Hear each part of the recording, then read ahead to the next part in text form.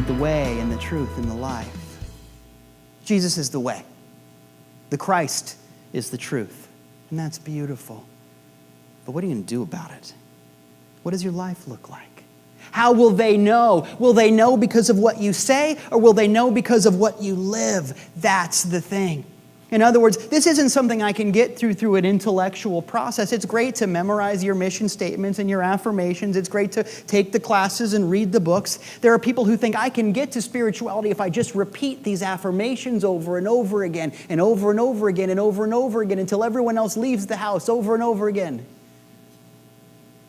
But you can't get to God the same way you cram for an AP bio final. Thank you. That's only part of it. And there are people at the other end of the spectrum who say, I'm going to do stuff that makes no sense to me at all. Maybe if I hold these magic rocks. I've had people say to me in different words, but they've basically said to me, I go to this place and this person pretends to heal me and I pretend to be healed. And if I pretend hard enough, I'll get healed. And I'm not healed. Oh, well, you're not pretending hard enough. That's how faith works, right? Just pretend harder. It's a great scam because when the person comes to me and they go, my life is still messed up, I go, you got to pretend hard. You're not pretending hard enough. Now, like I said, they use different words, but I want to make it clear, that ain't how faith works. If this, whatever it is going to work, and I say whatever it is because I don't care what words you use. This isn't about branding. If this, whatever it is going to work, it's got to make sense to your head and to your heart. It's got to make sense to your head and to your heart. In other words, it has to answer this question in a healthy way. Does it connect me with power, or does it take power away? Does it connect me with the source? Does it connect me with the Father, or does it make me feel alone? Where's your power? Is it in a rock, or is it in your heart? This is how all of this works. And another test is, how hard do I have to try? Do you have a trying life? Do you have a trying life? There are those people who have a trying life and everything is trying and I'm just pushing a car up a hill with a rope every day. It'll sink in a minute.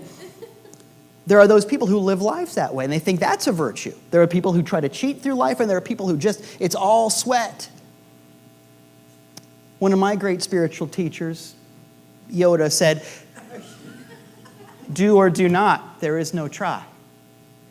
Because you have to try to make the sun rise. You have to try to make gravity happen. You have to try to make blood go through your veins. You have to try to make 2 + 2 = 4. You have to try to make God love you. As it turns out, if it's true, it happens whether I make it happen or not. If it's true, it happens whether I like it or not. And that's the thing, because for some people, the effort is really about them trying for it to not happen. Trying to make 2 + 2 not equal 4. They're afraid of that 4. They don't want that 4 to happen. And the effort that I make is to try and keep from growing. Because growth is scary sometimes. Wouldn't it be easier to regress? You know, there's shows on television about people who are super excited about the end of civilization and zombies coming. The zombies are already here. They're texting in traffic. But there are those people who are really excited about the collapse of everything. And part of the reason is because they're really excited about the idea that they don't have to solve the hard problems. The hard problems are, how does love work? The hard problems are, how do I get through my life? The hard problems are, how do I share what's in my heart? The easy problems are, where's food and water? People are excited about the collapse of everything because it means they don't have to ask the hard questions. If I solve my problems, if I get over my crazy, let's say, then I've got to face the unknown of growth. Who's there? I don't know. If I solve my problems, I've got to get past something. I don't want to feel alone. The good news is you're not. It is written, I go to prepare a place for you. You've been prepped. No more doomsday preppers. You've been prepped for life. It's happening. It has happened. It's time to look at the unknown and decide that it's okay to not know.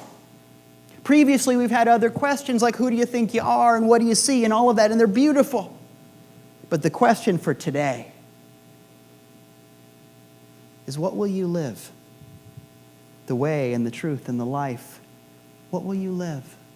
When people see you, what will they see?